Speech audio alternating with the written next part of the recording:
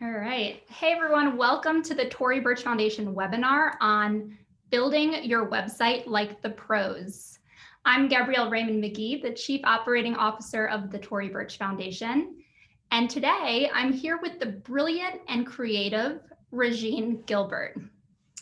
Regine is a top user experience designer. She's also an industry assistant professor at the NYU Tandem School of Engineering.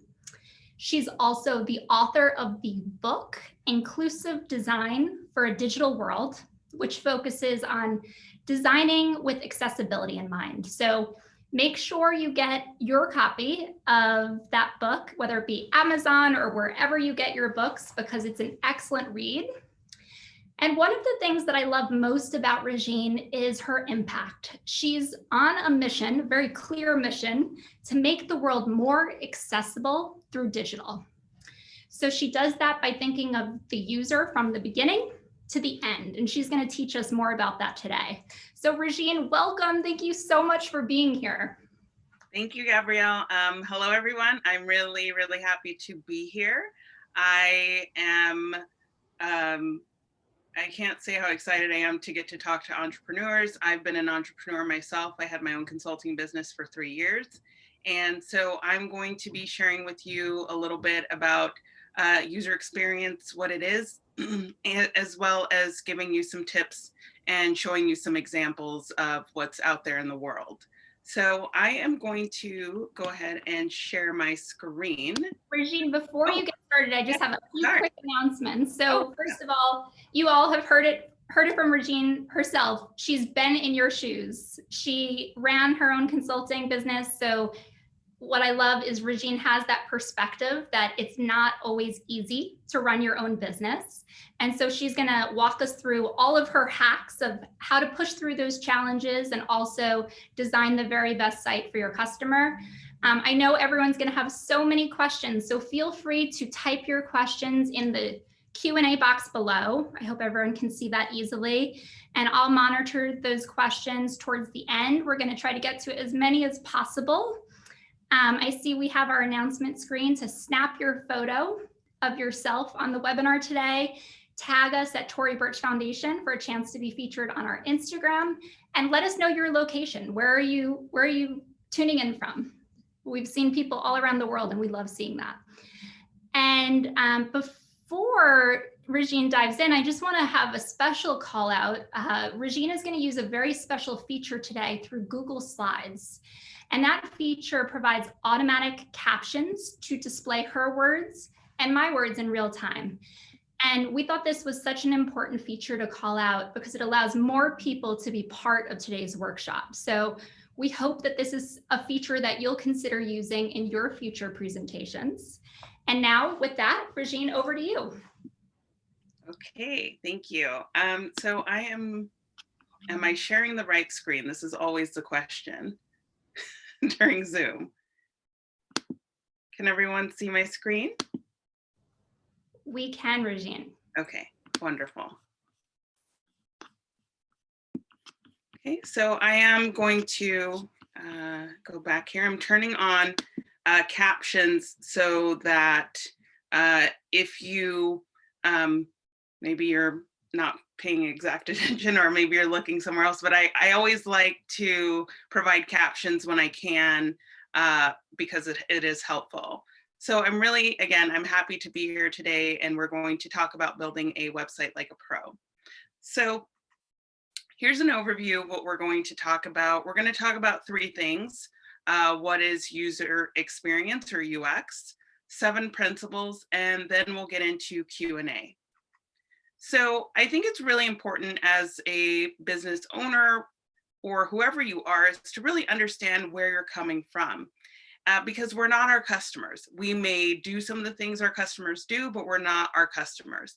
And 3 things to pay attention to is our thinking, the questions we ask, and how we interpret what we hear. Again, we have our own business goals of what we want to achieve, and our customers' goals aren't those same ones. So it's really important when we think about whatever it is, whether we're making social media posts, whether we are making websites, that we pay attention to our thinking, the questions we ask, and how we interpret what we hear. So I am a user experience designer. I've been doing user experience design since 2014. I've had the pleasure of working with companies big and small, and not everybody knows what user experience design is, so I wanted to give a definition of this, and this is from the User Experience Professional Association. User experience is every aspect of the user's interaction with a product, service, or company that make up the user's perceptions of the whole. So it's not just somebody maybe, buying something, it's every interaction they have. Maybe there's some customer service that they've had, something that they received. It's every step of the way. User experience design is a discipline, and it's concerned with all the elements that together make up an interface: layout, visual design, text, brand, sound, and interaction someone may have with your product. In user experience design, there are 7 principles: useful, usable, findable, credible, desirable, accessible, and valuable. And this is from Peter Mulville. I'm going to be going through each of these and providing examples. So useful focuses on user experience and scannable content. Let's be real, nobody's really reading these days, right? There's so much information we're getting. You need information to be scannable. So I looked at the Tory Burch Foundation website, and it is very scannable. I can look at what I really like a lot is there's some icons and typography together, and I could look at it on my desktop, my laptop, or my mobile device and still have the same type of experience. So it is very useful. Also, Google. I mean, as simple as Google is, sometimes the more simple, the better. We know we type in whatever it is we're searching for and we can find it. This is very useful. When it comes to usable, usable focuses on clarity and it makes things easy to find. My example here is Apple. Just this morning, I had an unfortunate incident where I keep a screen to hide myself when my camera isn't on. I put a little thing, a cover. And this cover, it actually is like a little plastic piece. And last night, apparently, when I slammed my computer down, I cracked my screen. So I woke up this morning to a cracked screen and a non-functioning computer. So I actually went to Apple this morning and I made an appointment with the Genius Bar. What makes Apple so usable is that it is simple, and it focuses on clarity, and it makes things very easy to find. It was very easy for me to find where to get help this morning. So Findable is clear navigation. This allows the customer to find what they're looking for. So when you think about going to a website and something is very hard to find, that is the opposite of what I'm talking about right now. You need something with clear navigation. So I have a video and it goes kind of fast, so I'll just kind of explain it here. So this is in the right-hand corner, a menu. And the menu just slides right in.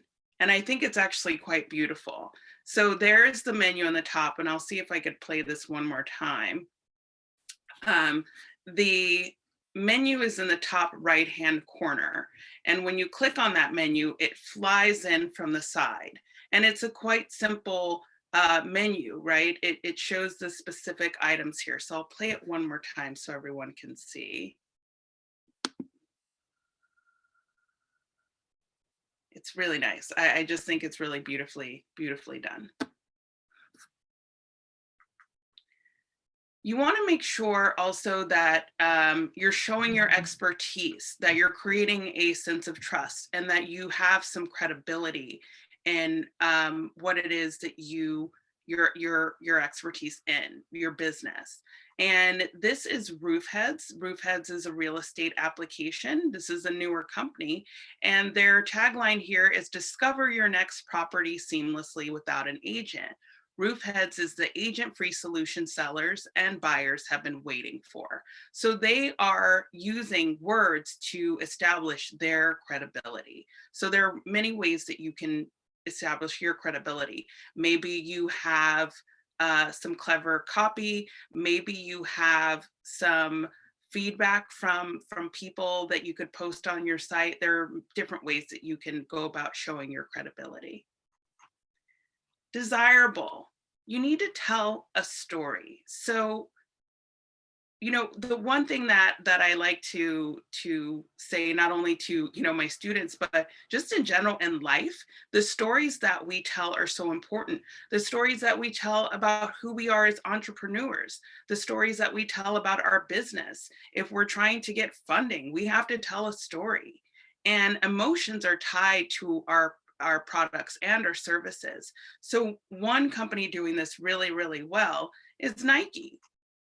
Look at this image and look at how powerful those eyes just staring at you. Do what they say you can't, right? And they have the hashtag just do it, and they have the logo. This is very simple yet powerful. So this is desirable, right? This is making me say, I think I need to go get a new pair of running shoes during this pandemic time. Do what they say you can't. Accessible. So accessibility is something that is near and dear to my heart. As someone who is a user experience designer, my focus in design has been on accessibility. And accessibility is ensuring that your products and your services are accessible to people with disabilities. So your content, for example, on your website should be accessible for people with disabilities. So the example that I provide here is text resizing.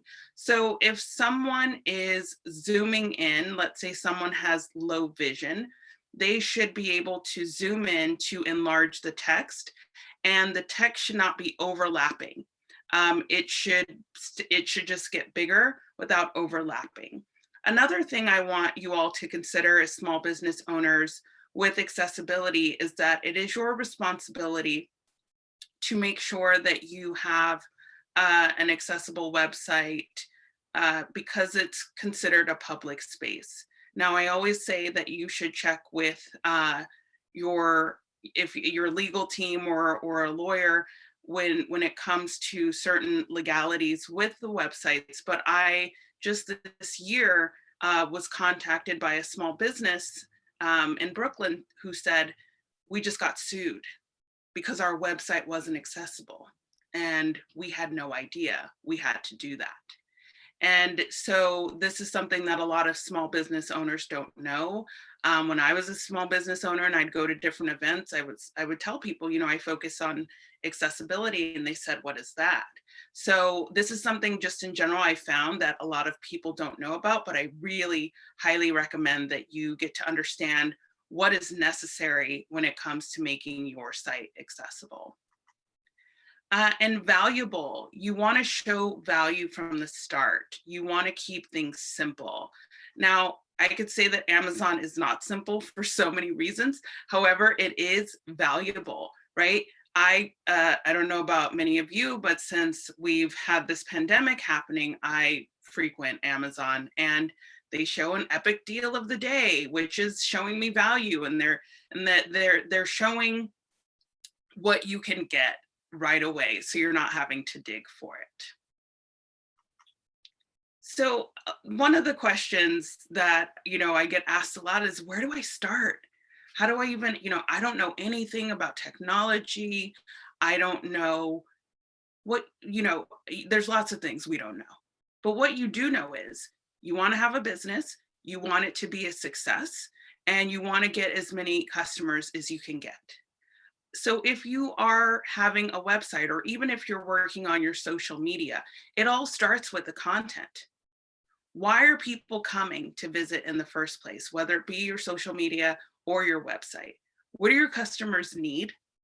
You know, what is legally required for your state and your country? So are you dealing with things in the US? Are you dealing with things in Canada or outside, internationally? What are those legal needs in terms of websites? what images do you want to share? Are you having people share theirs? I mean, people really love user-generated content, and it's free. You know, you get people to send in their photos of potentially using your product. That's really great. And what value do you want to share? I think at the end of the day, no matter what, you want to show value. I like to talk about Craigslist. People could go on Craigslist and say, this is not the most beautiful website, right? For so many reasons. It looks the same way it did in the 90s. However, it brings great value to people. And that's part of why it hasn't changed. So you want to make sure that you are putting that value that you have first and foremost. So some key takeaways I have for you all is to know yourself and know your customers. You might be someone who uses your product, but you are not your customer. You want to keep your users in mind when you're creating digital and physical experiences.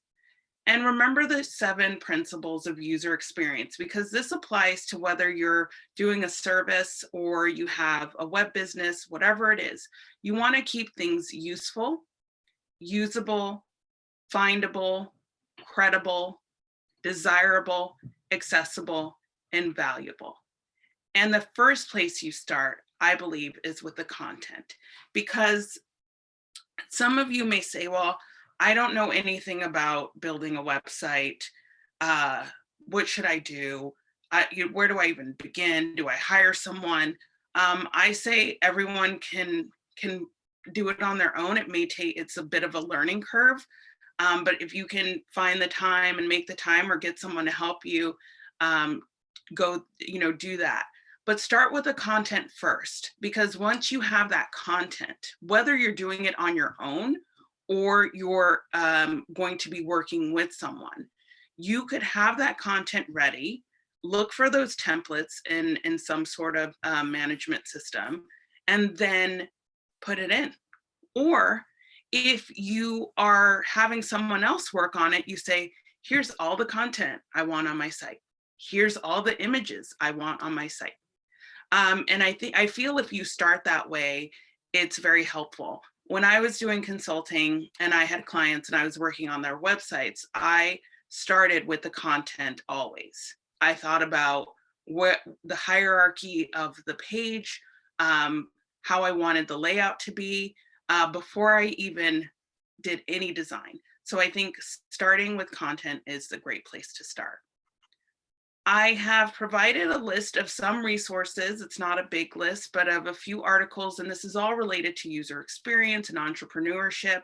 I recommend a few books, including my own. And I also put in some stock images that are free, because I think it's always helpful to have those type of resources. So I know this bit.ly link will be accessible in other places, but I wanted to share that as well.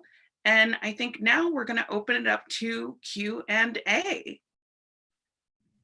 Thank you so much, Regine. I know we have many questions to get to. So let's start. You touched upon do it yourself or hiring. Can you give us a little more detail as to, before folks even think about content, I know you're very big on saving us money, right, through design thinking. So walk us through what design thinking means and how we can apply it when building our website. Sure. So before you get started, you need to understand who your users are and what their needs are. So that's the first place to start. So who are you? Who's your target market? Right? And then think beyond your target market as to who, like if you're scaling your business, who would you want that information to go to? And what do they need? That is the very first place. Like, who are your users and what do they need? And then getting out there and talking to people and finding out those needs, and then incorporating that into whatever it is that you design. I say you have to really understand who your users are. It's really hard to just make something without knowing that. And we bring this up because I know, Regine, you've seen this before and I've seen this before, where folks will spend a ton of money on the most beautiful graphic designs, right? Or the most complex website possible through Shopify. But if you don't know what your customer needs, you could have wasted a ton of time, a ton of energy, and a ton of money. So we want to save you there by making sure that you get out and talk to your customer. So many folks will not have the opportunity to hire a graphic designer or hire a developer.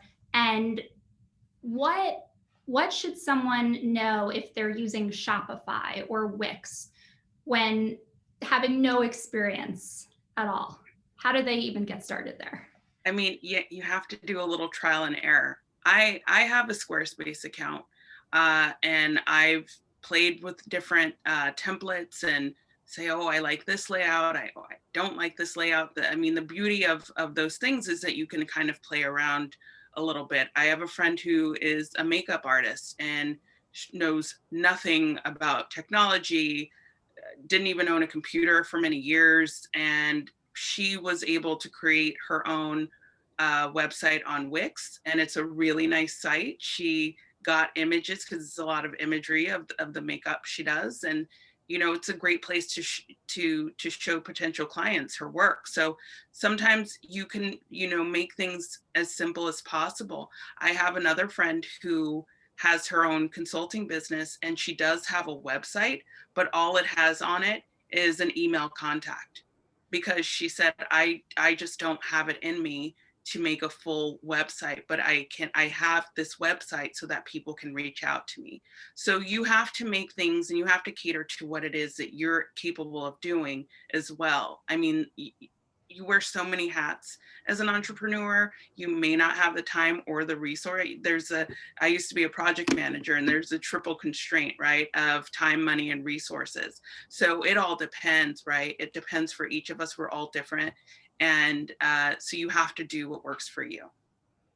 And can you walk us through the various platforms, what we should look out for? So if someone's using Shopify or Wix, I know the term that's often used is the technology stack, right? Connecting your content to potentially your sales or inventory, to your email. What are the layers of the cake that we all need to be aware of when building the technology stack? So I think you need to think about a few things. One, so if you're going to have an e-commerce site, I think Shopify is great.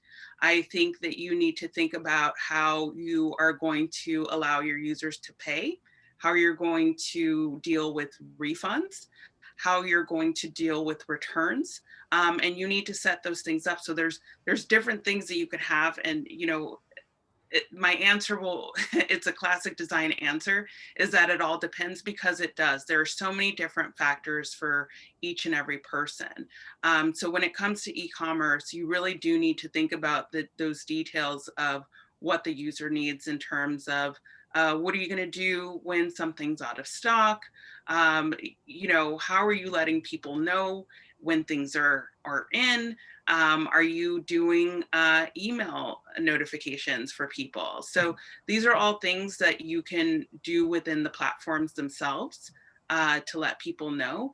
And let's say you're not doing an e-commerce, but you're just looking to get or build up potentially your email list, or you want to build up your newsletter.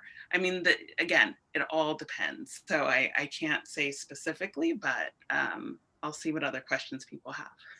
And most of these platforms have videos or customer service to walk you through before you commit to a template or a design, right? Yeah, the beauty of these online tools now is that you are not alone. You could definitely get help from the customer service. You'll find different forums where people are probably experiencing the same thing as you. I know there have been some issues for me with Squarespace, and I go and I look and I find the answer, and it's maybe sometimes not from Squarespace itself. It's from a different forum where people were having the same issue. So I think in our interconnected world, we are not short on answers for the questions that we have. But I think what's important for everyone to remember is this all can be learned, even though it's very intimidating and overwhelming at the beginning. And I know, Regine, you and I talked about how it's often like bringing your car to the mechanic and you don't know what's under the hood of the car, but you need to learn so you don't get taken advantage of. If you do eventually hire a developer or designer, it's so critical to understand the basic principles, right? Agreed. So a number of folks are asking about Shopify, and Shopify is obviously the big hit on the block for product and e-commerce. You mentioned Wix. What are some other e-commerce platforms that folks should consider? So it depends on what you're doing. I provided a little list, but obviously I think the Squarespace, the Wix, the Shopifys, there's and it's escaping me right now because those are my top three, honestly, that I recommend because of the ease of use. But I know that there are other options out there, and it's in the bit.ly link, so it's not coming to mind right now. Got it. And we have someone from Florida asking about the analytics side of these platforms. So Shopify, for example, can you explain the back end of analytics and what people should be looking for and measuring when building their website from an analytics perspective? Yeah, so from an analytics perspective, I would say if possible, everyone should get on Google Analytics because it's very helpful. There are analytics usually tied to these content management systems as well. So what you want to look for is like who's coming to your site, where are they coming from? If you have an e-commerce site, then you want to pay attention to how many people are coming, but also how many people are converting. And by conversion, I mean how many people are actually making a purchase and not just coming to the site. You want to pay attention to how long people might stay on your site. Are people just coming on and off? I know I've looked at it. My website is nothing but like, here I am, and here's my book, and here's some places I spoke, right? But I look on there to see where people looking at, my account. It's from all over the world. Who's, checking on or connecting to my email or my LinkedIn. So depending on what it is you're trying to get and your individual goals are, you can typically find those analytics regardless. Whether you're doing it on the content management system itself or whether you're using something like Google Analytics. Now with Google Analytics, there is a bit of a learning curve with that. However, it's pretty awesome once you do get to know it. And Google has so many video tools to really learn the system, right? Yeah. But the point is, it's not enough to build a beautiful website. You have to make sure you're measuring your impact, which leads us to nomenclature. So can you talk us through how to make sure that if a customer lands on your site, that it's going back to the findable principle, that we don't get too clever in the words we select for, if you want a customer to shop, say shop instead of marketplace or bazaar. We don't want to be overly complicating our language. So walk us through how to make sure that everything on the site is findable and direct. Yeah, so I think this goes back to understanding who your users are, understanding the language that they use, what you want to do, I think from the very beginning, and this is something that I deeply believe in, is doing a competitive analysis. Looking at who's currently doing what you're doing. How are they doing it? Are they using the same type of language? Where do your customers frequent going from a website perspective? What are they used to seeing? Because when you build out your website, your navigation, you want to make it as close to what people know, instead of saying, I'm going to make this whole thing and it's going to be creative and different, and I want my website to stand out. Your website doesn't need to stand out. It stands out just by you being who you are and your unique self. You don't want to throw people off completely. People are used to doing things in a certain way. So you want to make sure you have that incorporated into what it is you're building. Nico is asking about the usable principle. So what are common mistakes that you've seen companies make in regards to usability? Oh, there's so many. I always like to think of a form. And I think when there are forms and the forms don't have clear indication of if I've done something wrong.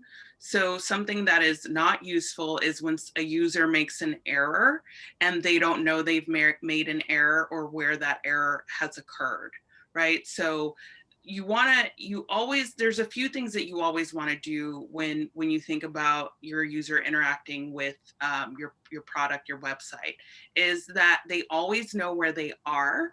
They can always go back to what they were doing before, and that if they did something wrong, let them know exactly what they did wrong. So if you're not doing those things, then you're not having a useful site. So as far as usability, it's thinking through what your customer actually needs and the flow of things. Yes, 100%. And what is always useful that sometimes we don't think through is making sure that people outside of our small little team or ourselves are testing, right? Because people experience it differently. Can you talk us through budget, Regine? Like, how much should people be allocating for a small business when they're just getting started and just building their website? So, this can depend on, some people have family who will go and do it for you. Some people will do it themselves. Some people will, go and have it made. So the budget can range from, 3,000 to 25,000, depending on how or higher, depending on how intricate it is. Now, let's say you've already started something in some sort of a Shopify or something, and then you need some help.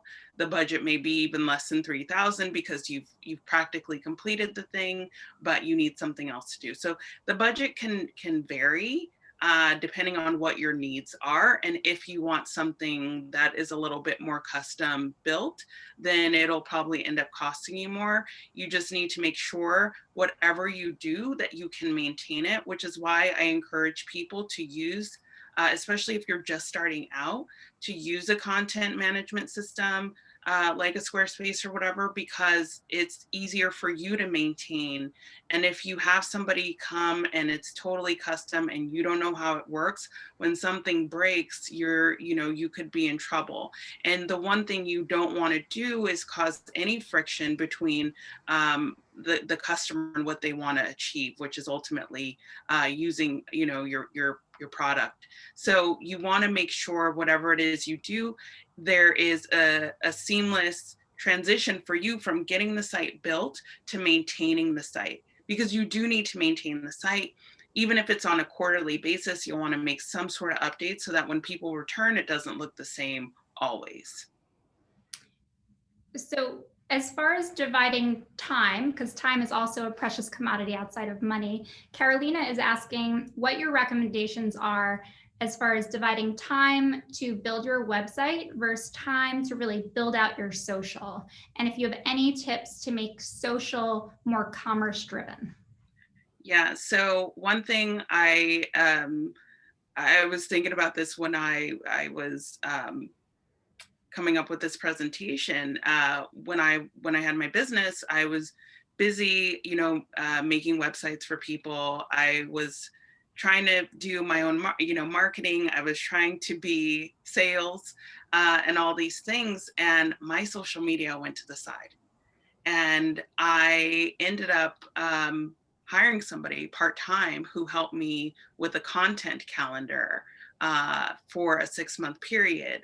And I got on Hootsuite so that I was able to set up my posts on Twitter and LinkedIn and Instagram all at once, So again, when you don't have a lot of time, sometimes I highly recommend creating a system so that you can automate whatever you can. I liked Hootsuite a lot when I used it because it worked well. There are other things that you can use as well. And I'll end up updating, actually, I'm going to update this bit.ly with some of the programs that I feel would be good for automating social media posts. Because I wasn't thinking about, I was just thinking about web and not social media. But I think when it comes to dividing your time, you really have to reevaluate what your priorities are. I think social media is important because it obviously is the way that people are doing business nowadays. So if you already have that social media presence and you need to keep it going, like make sure that you are maintaining some sort of calendar, knowing what's going to be happening and what's coming up. But I do feel that it's really, really important to have that as a way to get yourself out there when you can. But if it doesn't work for everybody, some people are more, and I know we're not really meeting in person these days, but some people are just doing Zoom things. So it all depends on you. Well, we know more people than ever are on social in this pandemic. So that's a great point that it's critical to business. I know people were asking, how do they find a freelance graphic designer or a freelance content strategist to help them build out? And Upwork is one site. Do you have other sites that you recommend, Regine, to find talented people at a freelance basis? Yeah, I think Upwork is really, really good. A lot of quality work my friends have had done through there. Fiverr is another one.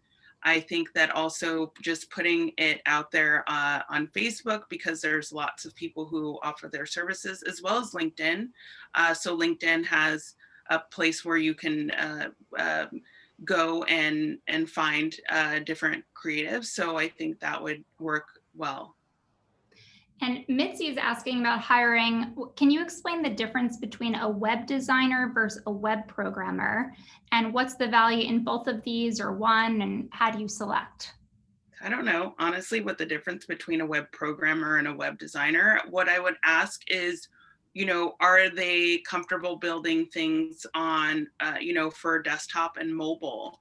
Are they specifically someone who works on apps, which is a little bit different than websites or mobile? And my question is always, what do you know about accessibility? Because I want to make sure that I have an accessible website for people with disabilities. So those are questions that I ask. I always like to see people's previous work. So can I see the websites that you've worked on previously? And can you walk me through the process that you had with that client potentially? So I don't know, because I think titles change, but I'm pretty sure they're the same thing, as long as they're creating websites. So diving a bit more into accessibility, Sharon is asking, how do you ensure that your website is ADA compliant? Are there any rules of thumb besides reading your book to learn more? I know everyone will do that already, but what else should people know when building their site, especially building it on their own? Yeah, so if you are building it, as some of these content management systems are accessible and some of them are not as accessible. I know Shopify has worked on accessibility quite a bit, which is why I do recommend it.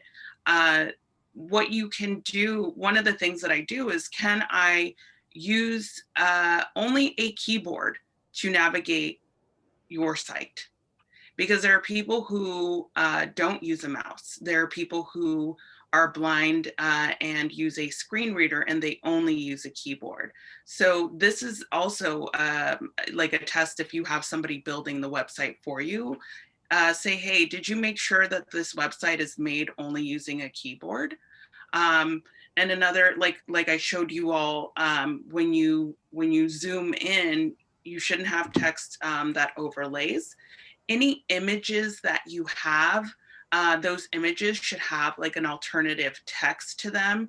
So what that means is, and we've kind of all experienced this, I think, at some point or another, where we've been in an area where we don't have good reception, or the internet is poor, and there is a title of what that actual image is.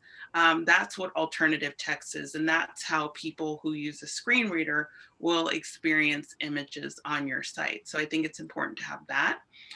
One big issue on the web, the number one issue is color contrast. So making sure that you have high enough contrast. So when I see people use white text with a yellow background and it's very hard to read, that is low contrast. If I have a yellow background with black text, that's easier to read. So those are just a few things. There's a lot more. One place to look is there's a tool called Wave. It's through webaim.org. So if anyone wants to check on their site, there's a way to do it, automatically through this Wave tool at webaim.org. But if you can have somebody look at your backend code, that is the best option. Great. Sherry was asking about other social media planners that you recommend. I know you mentioned Hootsuite. Are there others that you think are solid that our community should explore? Yeah, I'm not going to get the name right, but my friend just started using it. I want to say it's like Planetly, and I think she's on here, and I will add the list. So this bit.ly link of resources, I will add the other planners that I recommend because they're I'll not. Look out for Regine's friend to give us that information. I was like, Angela, if you're here. Later is a good one. We've looked at Later a bit. Okay. Yeah, there's a few. So I will put a link to those when this Zoom is over. I will make sure to update this document with different planners. Thank you, Regine. So May is asking about SEO and keywords. So can you explain what that is, how it works, and what we need to know? Yeah, so I did put an article actually in the resources link about search engine optimization. Not everybody knows what that is, so I'm just going to high level cover what search engine optimization is. So if your business is, I don't know, pin flowers or something like that, you will want to have the keywords of pin flowers, floral, whatever, accessories, jewelry, so when people are looking on a Google search, they can find these keywords. So these are keywords that should be in descriptions of your products, keywords of the products themselves, and anything that you think people might look for that would relate to your product should also be keywords. So when people are looking for things, the search engine, which is like the engine typically Google or other search engines, they will scan your website for those keywords. And if you're at the top, you move to the top. One of the things that is beautiful about accessibility, when you have good accessibility on your website, you actually are a little bit higher too, because you're doing the proper things to make sure that the search engine that's crawling and looking for those keywords is doing things right. Great. So Olga is asking, how often do you refresh your site? Should this be a once a year process, a quarterly process? And I imagine that it's different for each business, but what's your take on refreshing your site? Yeah, I think that you should refresh it on a quarterly basis. I think of the change of seasons is a good time to refresh your site, even if it's like you're keeping the same content, but maybe changing the color scheme up a little bit slightly to match the season. Definitely, if you have new products or you are offering new services or you have something upcoming, you want to be able to look at that. Plus, I know some people just put their website out and never look at it again, but you do want to take a look at it, make sure that things are still aligned, nothing is broken every now and then. Got it. We have a number of questions about APIs, and can you please explain what that is and how it works, and walk us through what we need to know for APIs for WordPress or Shopify, and how all the dots connect. Okay, so if anyone has gone to a website and you can log in using your Google or your Facebook or some other account, what that is doing is that is an API that is linking that account to wherever you're signing up for. So when it comes to APIs, you want to make sure, one, that the APIs are available and compatible with whatever content management system that you're using. Two, that there isn't a lag. So there could be sometimes a bit of a lag when you're trying to use APIs, and you want to make sure that that is not too long, because customers won't wait. So if you're pulling information in from another API, you just want to make sure that that's something I've seen in the past that doesn't work well. So again, depending on the content management system that you're using, you always want to check for the compatibility, and you want to make sure there isn't any lags with those APIs. So Regine, there's nothing worse than a beautifully designed website that doesn't load properly. So how do we prevent load and lag issues, not even considering APIs, but just loading your content, and make sure that our site speed is in stellar shape? Yeah, I think you want to make sure that you check images, sizes especially, because a lot of times when people, I was just actually looking at a site this morning that had, it was a lot of like GIF movement all at once, which also is not accessible because you should be able to turn things off, but it was a bunch of moving things all at once, and the page was just like dragging. So you want to make sure that your imagery is optimized and that it's not too big for load. So anytime that you have anything like playing automatically, one, making sure that you can stop that, and then, or the user can actually stop it, and then just checking, because not, more than half of the United States is not on high-speed internet, and so you need to consider that when you are designing the layout of your pages, to make sure that there's not too much like in terms of video or too big of imagery. And given that so many people are on their mobile devices these days, do you design with mobile first when you're designing a website? I know it's easy to design with laptop in mind when you're on a laptop, but what's your philosophy on devices? I think, if we were in 2010, I would be like desktop all the way. But in 2020, we are definitely more so on our mobile devices. Now, the pandemic has shifted that a bit because a lot more people are just at home and on their laptops or desktop computers, but I still do recommend it like mobile first strategy, because oftentimes, let's say you have a newsletter and then that newsletter links out to your website, they're probably doing it from their phone. So I would take that mobile first strategy. But again, this goes back to knowing who your users are and what they're doing. That'll really help you understand, the strategy you should take. Navigation is a hot topic that I see questions coming through on, to subhead or not to subhead.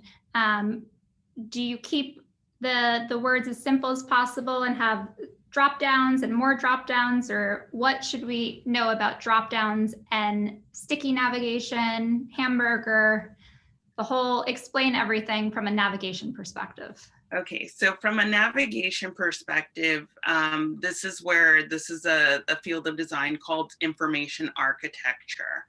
And so what you need to think about when you are categorizing things and organizing, and this is why I say content should always come first, because you should be able to lay things out and organize them and make sure that your users can understand them, that you can understand them, and that you can navigate them as well. So what you want to do is I'll say what you don't want to do. You don't want to have people digging. Everything that they need should be up front and available. Now, there may be things that are tied to that are not as important, so maybe that could go a little bit lower. But I think when you're thinking about the hierarchy of your pages, when you're thinking about the navigation, where do people need to get to? What are they trying to buy? where do you want them to go? Where are you trying to lead them? When it comes to navigation, you do want to keep it simple, but I know that that is sometimes complex, especially I worked in e-commerce for a lot of years, and e-commerce navigations are very complex because there are so many items. So if you have a lot of items, what are those things that are maybe the top sellers? What is most important, in terms of what people need to see? So I think first and foremost, laying out your navigation of how it should be, where you want users to go is how you want to think about it. Great. Samra is asking about hosting. She says she has a domain on GoDaddy, but she wants to build a site on Squarespace. What's the difference between transferring the domain to Squarespace versus connecting it? And is one option better than the other? So I have the same thing. I have because I have a few websites, and sometimes I have the host is GoDaddy, but it's actually built on Squarespace. So you could have that and it's fine. I think it's also a personal preference. Some people want it all in the same place, but a lot of times you just go and you get that domain site, but it's pretty easy to connect them to whatever content management system you want to use. Regine, from a design trend perspective, I remember a number of years ago when everyone was talking about millennial pink, right? Every website was millennial pink. What are design trends that you feel will stick, that are the latest and the greatest, that we can all look at and assess if it's the right fit for our business? I think that you can use, obviously, because my presentation today was very colorful, I am a fan of using very high contrast colors when you can, so that you're able to, whatever you do, you want to make sure it's high contrast, because there are people who have low vision or even color blindness. So I think the colors that you use are important. I always like to say, don't make things in red and green, because a lot of people have red-green color blindness, but you want to make sure that I would say check out the Pantone colors, because they're fun, and you can, make your site as wonderful as you can to incorporate your business's story. And you can do that in so many ways. And I think a trend that never gets old is storytelling. So because we live by our narratives and our stories. So I think that is a trend that continues. And I showed you all that Nike imagery, which it wasn't a ton of information, but it was a very powerful story. So I think storytelling is always on trend. Well, maybe not as sexy or exciting as storytelling, but let's talk security for a minute. What precautions can we take to protect both our customer and also our back-end financing from a cybersecurity perspective? Okay, so this is an important area. You always want to consider privacy. And this is this is why I say you want to understand the legalities when it comes to certain states, because there are, just this past year with e-commerce, law changed for California. So this impacted, what you have to notify people on what you're possibly sharing. So when it comes to privacy and security, a lot of the content management systems do a pretty good job of security, and you always want to ensure, that especially when you're taking payments on your site, that everything is secure. When people go to a website and it doesn't look right, they will leave it. They will not make purchases. And you always want to also make sure that your site is secure. So, we've all been on the internet and we see that it's not secure at the top. So you don't want that happening with your website, especially when it comes to people making purchases. There again, that's another link I will add for privacy and security. Thank you. And we have a toolkit on the Tory Burch Foundation site that is all about cybersecurity. So make sure you check that out as well. This has been a fantastic boot camp for all of us on web design. So thank you so much, Regine. Is there one final piece of advice or one action step that you want everyone in our community to implement today from a design perspective for their business? Well, thank you all for having me. I hope that you all were able to learn something new. I did. I really appreciated all of your questions.